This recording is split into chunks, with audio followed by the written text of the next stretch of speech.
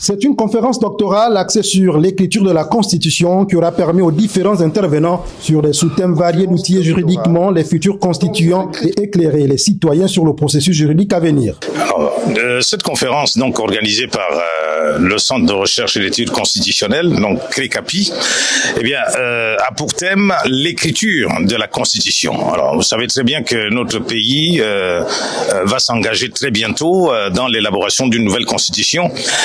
Nous avons considéré qu'étant un centre de recherche sur les questions constitutionnelles, il était important de revenir sur le processus donc d'écriture de la Constitution.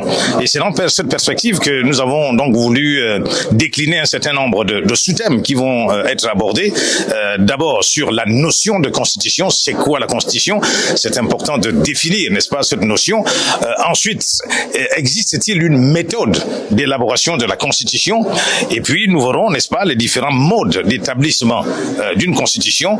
Et enfin, nous verrons comment protéger l'œuvre constitutionnelle. Voilà donc les différentes sous-thématiques donc qui vont être abordées au cours de cette conférence. Alors, vous l'aurez bien compris, nous aurons, n'est-ce pas, dans notre pays bientôt, l'organisation donc du dialogue national et qui va s'appesantir sur les questions liées, n'est-ce pas, à la rédaction de la prochaine Constitution.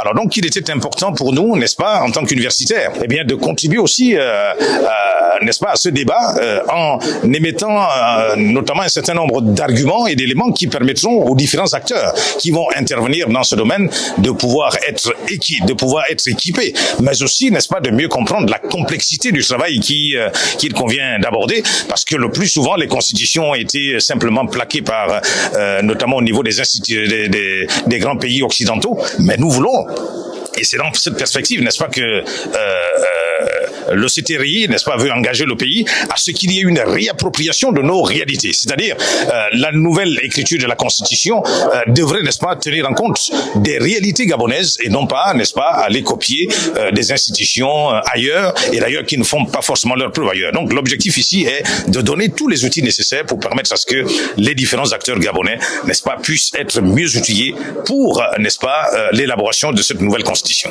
Inspiré par les enjeux de l'heure dans un contexte de transition, le Centre de recherche et d'études constitutionnelles, administratives, parlementaires, politiques et internationales entend jouer pleinement sa partition. Alors, il est évident que nous insistons sur ce point.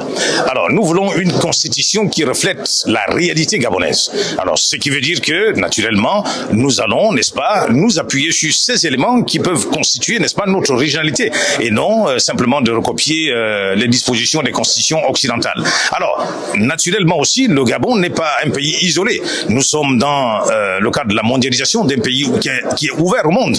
Et dans cette perspective, nous devons également introduire dans notre constitution les éléments de modernité et qui peuvent, n'est-ce pas, permettre à notre pays d'être beaucoup plus fonctionnel, beaucoup plus dynamique. Il y a les fondamentaux auxquels on ne peut pas déroger, la séparation des pouvoirs, la protection des droits fondamentaux, mais on veut insister sur les réalités gabonaises, sur les valeurs, les principes, les mécanismes qui peuvent permettre à notre pays, n'est-ce pas, de pouvoir aussi, n'est-ce pas, se distinguer, n'est-ce pas, dans le concert des nations à travers une constitution originale. Sans nul doute, les conclusions de ces échanges permettront de nourrir la réflexion lors du dialogue national qui va se tenir du 2 au 30 avril 2024.